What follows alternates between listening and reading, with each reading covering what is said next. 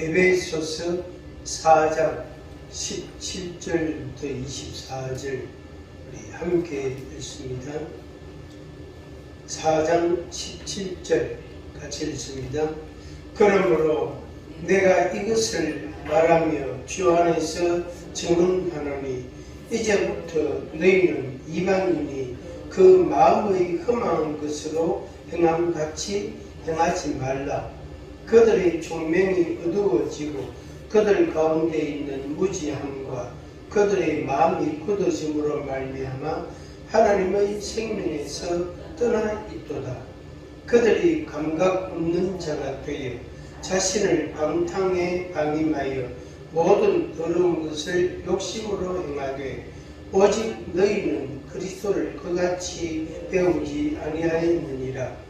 진리가 예수 안에 있는 것 같이 너희가 참으로 그에게서 듣고 또한 그 안에서 가르침을 받았을진데 너희는 유혹의 욕심을 따라 썩어져가는 구습을 따르는 옛사람을 벗어버리고 오직 너희의 심령이 새롭게 되어 하나님을 따라 의와 진리의 거룩함으로 지으심을 받은 새 사람을 입으라. 아멘. 오늘 이 말씀 그대로 여러분들에게 이루어지기를 축복합니다. 하나님의 말씀은 이렇게 의미적으로 이런 뜻이구나 하고 의미로 받아들일 때도 있습니다. 그래서 은유적 또 비유법 등등 때로는 다른 여러 가지 해석법이 있습니다만은 근데 기본적으로 하나님의 말씀은 문자로 받아들여야 됩니다. 문자 글자 그대로 문자로 하나님의 말씀을 받아들이고 그 말씀을 우리가 순종해 가야 되고 지켜가야 됩니다. 근데 이제 설교는 말 그대로 설교단 말이에요. 설교. 그러니까 교리를 설명하는 거예요. 말씀을 하나님의 말씀을 설명해 주는 거예요. 그게 이제 설교단 말이에요. 설자가 그런 설자잖아요.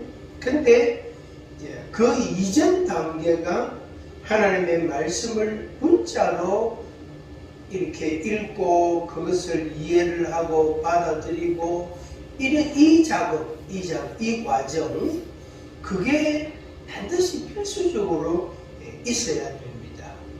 그런데 그러니까 좀 옛날 50년 전 30년 전 이렇게 지난 세월을 이렇게 봤을 때에 그 시대보다 오늘날 이 시대가 지식이 발달했다. 우리 한국 사회가 지식이 발달하다 보니까 주관적인 요소가 훨씬 더 많이 강화가 됐어요. 다시 쉽게 말하면은 자기 생각대로 받아들이고 자기 생각대로 이해하고 자기 생각대로 해석을 하고 설명을 하고 이런 기술이나 능력이 굉장히 많이 생긴다. 그래서 문자적으로 받아들이는 이런 어떤 그 과정이 거의 자꾸 희석이 됩니다. 자꾸 희석이 된다. 그리고 설교도 설교자의 주관, 또 사상, 철학, 가치관, 세계관 이런 것들이 자꾸 나와요. 자꾸 묻어가 나온단 말이에요. 그 어떤 은퇴하신 목사님 말씀 아주 그분 참 훌륭하신 신학교 교수를 하신 목사님인데 그분의 말씀이 뭐냐면은 설교 안에 설교 속에 또 이 신앙 서적 속에 상당 이론이 너무 많이 들어가 있다. 상당 이론을 근거로 해서 성경을 해석하려고 하는 시도들이 너무 많다. 또 그런 표현들이 대부분의 설교와 또 신앙 서적들 속에 다 포함되어져 있다. 그렇게 표현을 하시더라. 근데 정작 그렇게 말씀하신 그 목사님도 그런 그 모양의 그런 색깔의 설교를 많이 하세요. 그 왜 그러시냐 이렇게 물으니까 성경을 이 시대에 맞게 이해를 시키고 깨닫게 하고 마음에 받아들이게 하고 수용하게 하는 데에는 그만한 어떤 기초적인 지식과 그런 어떤 시대적인 문화 그것을 벗어나기 어렵다는 거예요. 그 옛날에는 지식이 부족했으니까 그냥 성경 구절 그대로 말씀을 하면 아멘이 됐단 말이에요. 그런데 요즘은 그대로 말하면 딱딱하다. 설명이 좀 필요하다. 또 너무 좀 이렇게 엄격하다. 본의적인 표현이다. 이렇게 하고 그 다음에 이제 자기식으로 그걸 해석을 하고 이해를 하고 받아들이는 이런 이제 시대가 됐다 하는 겁니다. 제가 이렇게 서론적으로 이렇게 말씀을 드리는 이유는 오늘 우리가 읽은 에베소서 4장 17절에서 24절 이 말씀은 철저하게 문자로 받아들여야 됩니다. 이것은 철저하게 문자로 받아들여야 됩니다. 그러니까 그 에베소 그 도시 에베소 그 교회 그 시대로 안 돌아가지 말고 또 오늘 우리가 사는 이 시대를 비추어서 어떻게 해석을 하고 적용할 것이냐 그렇게 생각하지 말고 이 말씀을 문자 그대로 글자 그대로 여러분들이 받아들이고 인정하고 그리고 자기를 돌아보고 또 생활을 하기를 바랍니다. 중요한 단어들이 오늘 여기에 좀 부정적 측면이지만 중요한 단어들이 몇 개가 나옵니다.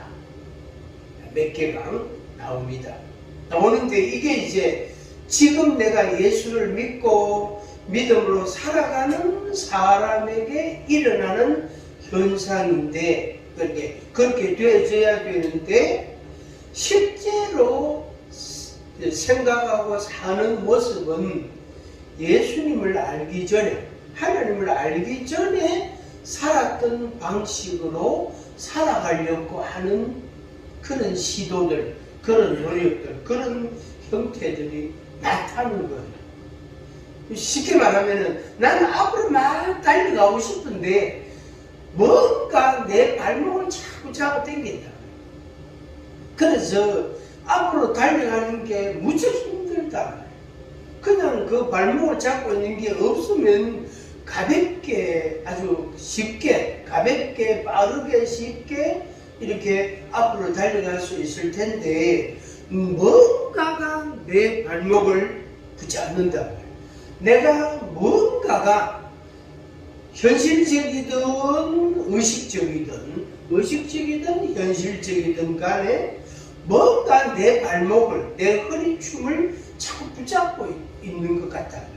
그래서 앞으로 가려고 하다가 또 뒤로 가고 앞으로 가려고 하다가 또 뒷걸음질 치고 이런 현상 앞으로 가다가 뒤로 갔다가 앞으로 갔다가 뒤로 갔다가 이런 현상이 너무 많이 일어난다 하는 것입니다.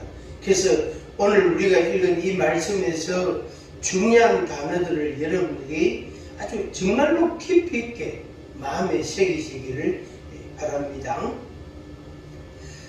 17절 말씀을 보면은 이방인처럼 행하지 마라. 이렇게 말씀해요.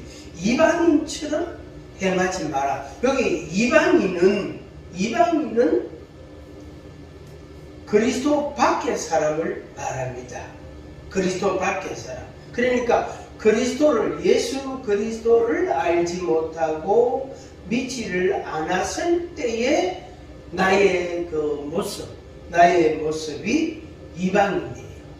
그러면 이제 그 이방인이 예수 그리스도를 알고 지식을 가지게 되고 믿음을 가지게 되고 믿음의 사람이 됐단 말이에요. 믿음의 사람이 됐단 말이에요. 그런데 믿음의 사람으로 살아가는데 내 속에서 나도 모르게 자꾸 내가 이방인처럼 행하려고 하는 나의 모습들이 자꾸 보인단 말이에요. 자꾸. 그래서 바울 사도가 이 에베소 성도들한테 이렇게 표현합니다. 이방인처럼 행하지 마라. 이렇게 말씀. 그러니까 감옥에 있는 바울이 저 감옥 밖에 에베소라는 곳에 살고 있는 성도들에게 이방인처럼 행하지 마라. 이렇게 이야기했죠. 그런데 이방인은 어떻게 하느냐? 그럼 이방인처럼 산다는 게 뭐냐? 거기에 이제 17절에 나온 있는 그대로입니다. 마음의 허망한 것 그랬어요. 그 헛꿈을 너무 많이 꾸고 있다 이 말이에요. 헛된 꿈에 푹 빠져 있다 이런 말이에요. 근데 우리가 구태여 현실에 적용을 하면 오늘날 이 시대, 오늘 이 시대에 사람들이 허망한 생각을 너무 많이 합니다. 그걸 이제 너무 많이 하고 자주 하고 그게 마치 현실인 것처럼 착각하고 사는 사람이 정신착란적이다. 정신분열적이다. 정신병자가 되는 거예요. 그래서 정신병적인 모습을 보이는 현대인들이 너무 많아요. 그러니까 그거를 쉽게 말하면 그 경계선을 조금만 넓혀도 숫자가 막 엄청나게 많이 늘어난다는 거예요. 그래서 이 병원이 감당을 못하고 의료비가 감당이 안 되니까 그거를 어쨌든 좀 줄이가 대상을 이렇게 일정한 부분으로 대상을 딱 정해서 요 사람들은 병원으로 입원을 시키게 하고 나머지 사람들은 그 가정이나 사회 속에서 일탈 행동을 하고 막 폭력이 나타나고 하더라도 그거는 어떤 현상으로 나타나면 그때 구속을 하더라도 병원에 입원을 하더라도 그 전 단계는 가족들이 돌보도록 주변의 친구들이 신경을 좀 쓰도록 그게 놔두는 거예요. 안 그러면은 경계선을 조금만 넓혀도 숫자가 너무 많이 늘어난다는 거예요. 우리 한국 사회가 지금 아직 문제를 진짜 문제로 보면 심각한 거예요. 심각한 거예요. 그게 마음의 허망한 거예요. 헛꿈을 너무 많이 꾼다. 헛된 꿈을 너무 많이 꾼다. 그런데 그 헛꿈을 꾸고 생활하는데 결과는 자기가 꿈꾼 만큼 됩니까? 안 됩니까? 안 돼요. 안 된단 말이에요. 절대로 자기가 생각한 만큼 세상으로부터 얻어지지 않는단 말이에요. 그러면은 이제 원망과 불평이 나오고 그것이 결국에는 폭력으로 나타난다. 더 이제 심각한 상황으로 가는 경우도 비일비재하다면 요새 너무 많단 말이에요. 너무 많다. 그렇게 자기를 싫어한다고 해서 그 사람을 따라다니고 그 사람은 결국에 시해한단 말이에요. 그 얼마나 악한 겁니까? 자기가 내가 날 왜 싫어하지? 하고 자기를 돌아보고 자기 공부를 하고 자기 변화를 모색을 하고 그런 노력은 안 하고 자기를 싫어한다고 해서 나는 이제 당신하고 안 만날 거야. 그런다고 해서 그때부터 그 사람을 따라다니면서도 그러라 그러죠. 따라다니면서 그러다가 결국에 마지막에는 그 사람을 시해합니다. 얼마나 악합니까? 이게 전부 마음의 허망. 그래서 그 허망한 마음을 가진 자가 이방인인데 그가 예수께로 와서 그 마음을 정돈하고 마음을 잘 이렇게 다독거리고 또 자기를 돌아보고 또 자기를 살피고 자기 공부를 하고 자기 노력을 하고 그런 과정을 겪으면서 성도, 거룩한 우리가 된다. 성도가 된다. 그리고 이방인의 모습으로는 성도가 절대로 될 수가 없어요. 근데 이것이 이 부분, 그러니까 이방인과 성도라는 이 경계선이 있잖아요. 가운데 중앙선 말이에요. 이거를 이렇게 왕래를 하는 사람들이 많은 것 같아요. 그럼 저 자신을 돌아봐도 한 번씩 그럴 때가 있고, 또 어떤 모임에 가도 야, 참 저런 생각도 하는구나. 어떻게 저런 말도 할 수 있지? 이런 게 막 나와요. 막 나와요. 그래서 이 성경을 가르치는 그 교사가 아니고 윤리 선생, 도덕 선생님 같은 사람들이 자꾸 나와요. 자꾸. 그렇게 그 전에 본래 그런 사람인데 이제 하나님의 말씀을 배우고 하나님 말씀을 가르치는 사람이 됐단 말이에요. 그러면 그걸 해야 되는데 그걸 안 하고 옛날 도덕적이고 윤리적이고 공자 이야기고 뭐 논어 이야기고 그런 이야기를 자꾸 늘어놓는 거예요. 그 하나님의 말씀은 온데간데 없어요. 그래서 야, 이게 참 보통 문제가 아니다 하는 그런 생각을 하게 됩니다. 17절에서 이방인처럼 생활하지 마라, 행동하지 마라 하는 말씀 그 한 가지. 자, 18절 또 넘어갑니다. 그러면 이제 어떻게 살고 있는가? 이방인이 어떤 사람들이냐? 또 이방인처럼 행하면 어떤 결과가 나타나느냐? 그런 말씀이 그 18절에 나옵니다. 18절, 19절, 20절 이렇게 쭉 이어집니다. 그들의 총명이 어두워지고 그랬어요.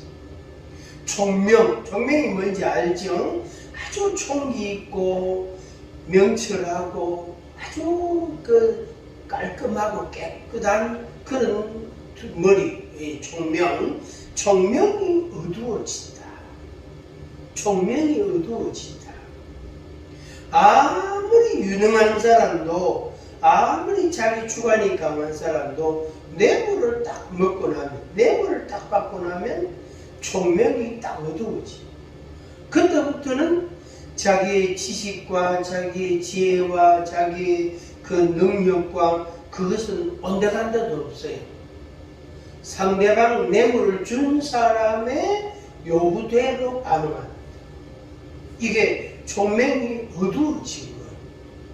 그러니까 우리가 전에는 총명이 어두웠었는데 그리스도 안에 들어옴으로 인해서 우리가 총명한 사람이 됐단 말이에요. 그러면 이제 그 총명함이 계속 유지가 되는 게 그게 옳은 건데 합당한 것인데 어느 날 어떻게 허망한 생각을, 허망한 마음을 갖다가 보니까 총명이 어두워지고 자, 그 다음에 이어서 나오는 말, 그들 가운데 있는 무지함과, 무지는 지혜가 없다는 말이, 지식이 없다는 말이거든요. 무지함과, 결국에 총명은 온데간데도 없고 무지한 자가 됩니다. 무식한 자가 된다 이 말이에요. 아무것도 알지 못하는 사람처럼이 되어버린다 이 말이죠. 그들의 마음이 굳어진다. 그러니까 마음의 허망한 것이 결국에는 마음이 돌덩이가 되고 콘크리트 덩어리가 되어버린대. 마음이 굳어진다. 그래서 하나님의 생명에서 떠나있도다. 하나님의 생명에서 떠나다. 생명은 유연합니다. 부들부들합니다. 생명이라는 걸 표현하자면.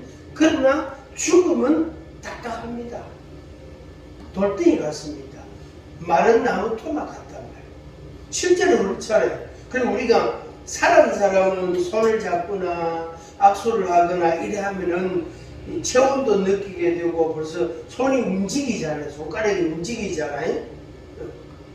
그런데 죽은 사람은 아무리 사랑하는 사람이라도 손을 딱 대면 차가워. 차가워. 그런데 그게 얼음 덩어리 차가운 거하고 또 달라요. 그래서 손을 1초, 2초도 안 됩니다. 얼른 떼버리고. 그리고 뒷걸음질 치서 거기서 나옵니다. 영안실에서 나온단 말이에요. 생명이 있는 것과 없는 것, 그러니까 생명이 없으면 결국에는 죽음이 있거든요. 그러니까 하나님의 생명에서 떠나야 된다. 누가? 성도가. 하나님의 사람, 하나님의 자녀된 사람이 이방인이 행한 것처럼 험양한 마음을 갖고 살아가다가 보니까 그만 생명이 없어져 버리고 죽음이 있게 되어졌다 하는 것.